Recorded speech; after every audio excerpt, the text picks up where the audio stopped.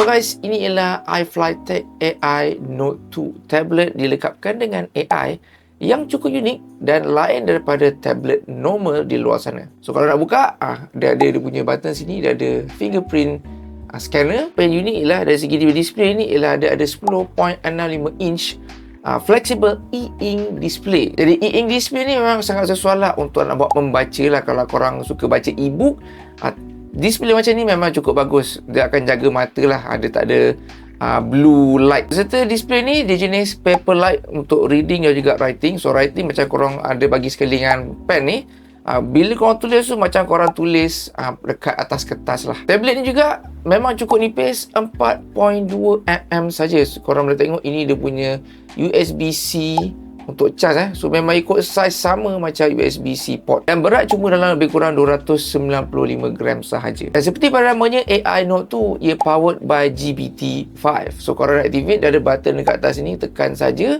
Kalau korang ada like quick question nak tanya terus ke AI, ataupun satu lagi ialah kat bawah sini ada satu quick button sini untuk activate open chat. So dia punya voice detection dia ada 16 bahasa yang korang boleh pilih lah. So contoh saya pilih sini ialah Malaysian, tapi korang boleh pilih English ke Chinese ke Japanese, Korean, semua ada. Seperti korang tengok ni, ada terus detect lah saya punya suara, nampak tu, dia akan terus detect. Nanti lepas korang dah habis record tu, korang actually boleh terus insert dekat dalam note. Dan tablet ni pun ada dia punya schedule feature dan korang boleh synckan ke korang punya Google Calendar. So contoh sekarang ni saya dah synckan ke saya punya email Google.